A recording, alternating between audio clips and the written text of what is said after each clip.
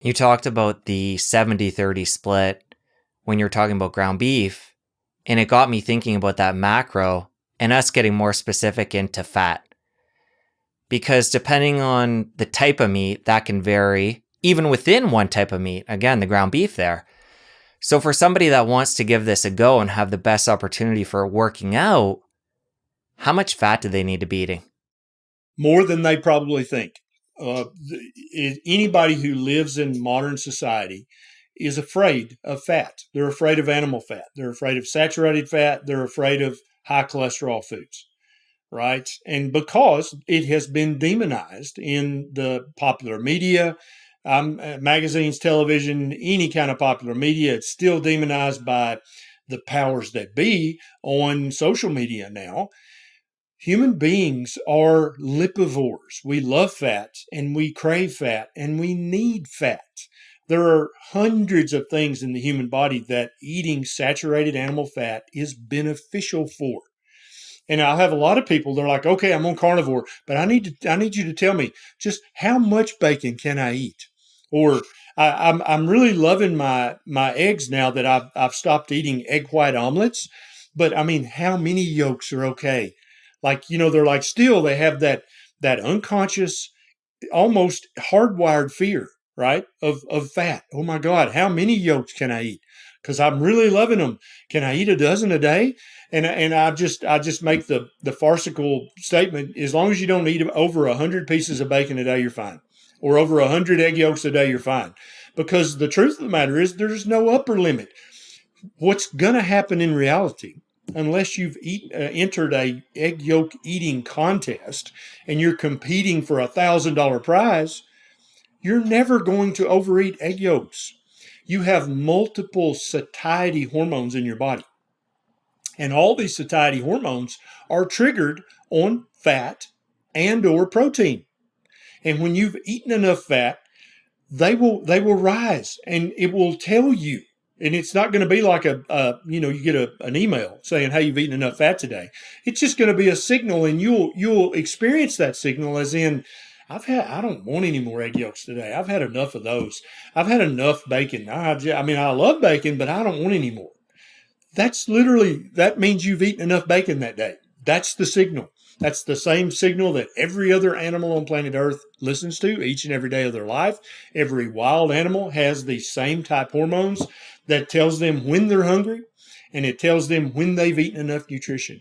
We have that too. People have been trained to not trust their body.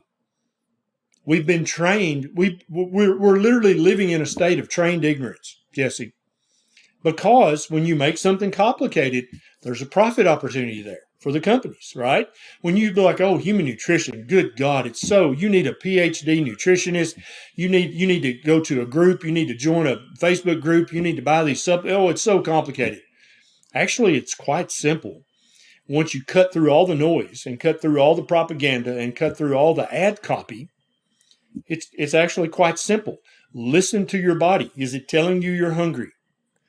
Then, alternately, listen to your body. Is it telling you you don't really want any more egg yolks? You've probably had enough fat today. I don't want any more bacon. You've probably had enough fat for at least this part of the day. Same goes for protein. Oh, I'm afraid I'll eat too much protein on this carnivore diet. And this is the same people who are drinking a half gallon of protein shake a day. But they're worried they might get too much protein if they eat all this meat and eggs and fish, right? And it's just we've been trained to be ignorant when it comes to human nutrition, and that's part of my mission is to just say, hey, your body's got this. And I'll also ask people, how many times did you breathe in the last minute? And they're uniformly like, I mean, should I be tracking that? Do I need to know that? Immediately they're like, oh God, another thing to track. And I'm like, no, I was being sarcastic. You don't have to track how many times you breathe a minute. Your body's got that. It doesn't need any help from you. You could consciously control your breathing, but it's going to be bad for you if you do that. It's going to hurt you. You'll either hyperventilate or hypoventilate, and then you'll be in trouble. What about how many times your heart beat the last 60 seconds? Do you know? And a lot of people are tracking that, and they literally then try to reach in to their physiology and do something about that. It's like, stop it. Shut up. Back away from the Apple Watch or the Oura Ring. You cannot control any of that. If you eat a proper human diet and you get proper human sleep and live a proper human life, your body is auto tuned for all of that stuff, including your hunger, your appetite, and your satiety, and what nutrients. All that stuff is programmed in here in your DNA. You don't need any of that stuff that often costs hundreds, if not thousands of dollars. Sorry, I know I just caused a couple of bankruptcies and caused some stock prices to fall, but I'm sorry. I'm here for people's human health, not for the health of the economy. You took that question in a different direction, and I'm happy you did because that's important to go to the upper limit as well. But the way I was coming at it was from under getting enough fat in the diet. So people that might come into this eating chicken breasts, eating the ground meat that's low fat, talk about how if they're doing that and not getting enough fat the other way, that can be a problem. Oh, it's a huge problem, and that's the predominant problem for people who are eating more meat or trying a carnivore diet. Is they are going to undereat fat. That's just going to happen. That is the most common problem, I think, for most people trying a carnivore diet. And the way that's going to manifest itself is you're going to have fatigue. You're going to be draggy. You're going to be like, I've got no energy. I can't, I just have no energy. And that's because when you adopt a meat heavy ketogenic diet or a ketovore diet or a high fat carnivore diet, you're going to shift away from being a sugar burner. And then this is another aspect of physiology that doesn't get talked about enough, and most doctors have no idea that there's a second fuel source that humans can use, and that's ketones and fatty acids and triglycerides. I don't. There are very few cells in the human body that can't burn ketones for fuel, or triglycerides or fatty acids, depending on the cell type. There's literally a short list that you can almost list on one hand of cells types that cannot use that. They have to have glucose. There's some in the human testicle, some in the human ovary. All the red blood cells have to have glucose, and then there may be a few cells in the human eye and the human brain that need glucose. But your body can make that glucose anytime you need it, right? And so the vast majority of people have this just beat into them unconscious fear of animal fat. And so they'll be like, okay, I'll try this. And so they're doing carnivore with skinless chicken breast and with pork chops that they've trimmed every single bit of the fat off of because they just can't eat bacon. It's got too much fat. You can see the strips of fat in the piece of bacon, right? And they're eating eggs now, but they're like, I eat 6 eggs, but I throw away 3 of the yolks because that's just so much fat. I don't know. But that's not how you carnivore. That's you will not be successful because you'll have such a lack of energy. Your skin will suffer, your hair will suffer. You're going to be miserable. Human beings are lipivores, meaning fat lovers. Some of the very first paleoanthropological research I read was by a lady whose name is Jessica. I've forgotten her last name, but she's at either Stanford or Harvard, paleoanthropologist, and she said that we now pretty much know that the first animal foods that humans ate was the brains and the bone marrow of previously killed large animals. And so lions or a hyena would make a large kill and they would eat all the lean meat and whatever entrails they wanted. And then we would either just sit and wait for them to go take a nap, or we would then later figured out how to scare them away with a group of 10 or 20 of us. And then we would take very large rocks and we could crack open the humerus and the femur and the calvarium and get to the brains and the bone marrow, which are almost pure fat. So even the largest saber-toothed tiger could not crack open the skull of a big bison that it had killed. It could not crack open the large bones, the humerus or the femur, and get to the marrow. And the marrow in the brain stay fresh and edible for days after that animal is killed.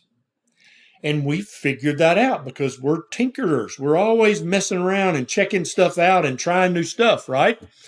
And so we figured that out. And that, probably thanks to our ancestors doing that, is why we have this large fat-filled brain, because now we had access to this wonderful, delicious source of fat that we had never had access to before.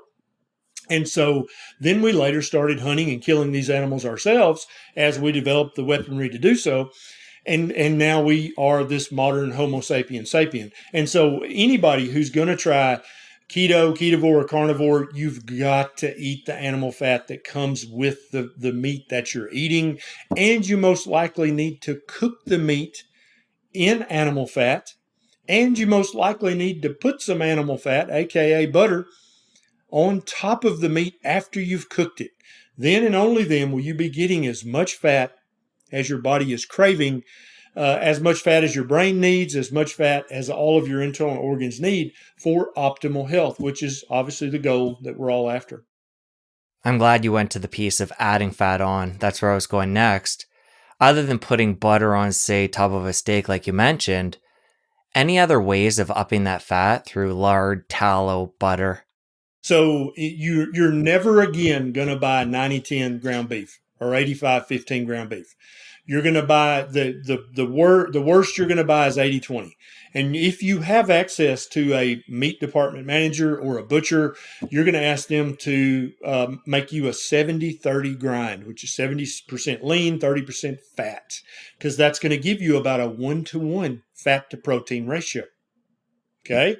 That's the sweet spot where most people need to start. Some people need more fat than that. But for anybody, the 1-to-1 fat to protein ratio is going to be a great place to start. A strip of bacon is about a 1-to-1 fat to protein ratio.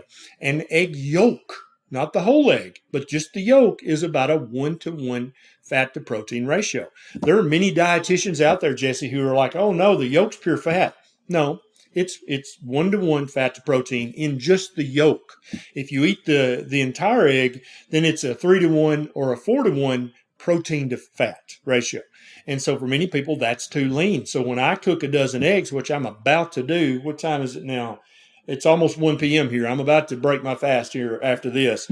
I'm going to eat a dozen eggs, and I'm probably going to throw away 5 or 6 of the whites so that I bump that fat intake up. I'm going to cook probably 2 pounds of 70-30 ground beef, and I'm going to cook that in bacon grease. And then I'm probably going to put some butter on top of that. So I'm going to have 2 pounds of ground beef and a dozen egg yolks and 6 egg whites with some butter on top. That's going to be how I break my fast for today.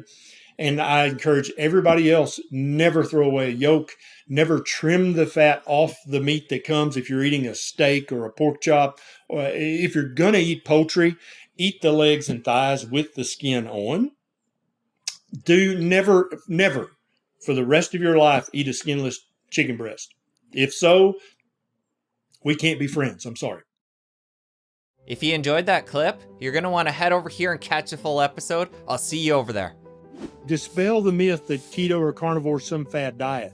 This is literally the oldest diet known to humanity. It cannot be bad for you because the 4 things that humans have been doing for the longest period of time.